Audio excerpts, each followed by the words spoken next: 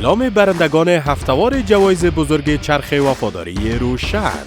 سلامونه او نیکی هیلي ټولو کتونکو ته د خوشحالۍ ځای ده چې د وفادارۍ څرخ ګټونکی نن موږ سره دلته حضور لري چې د پاور بانک ګټونکی شوی ده. جایزه ورته تسلیموو او مبارکي ورته وایم.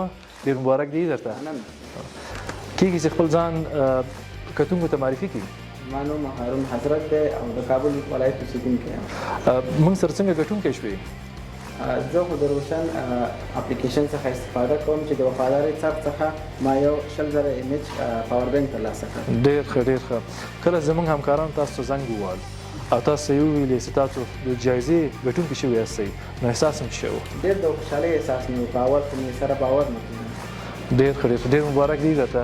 ډېره مننه.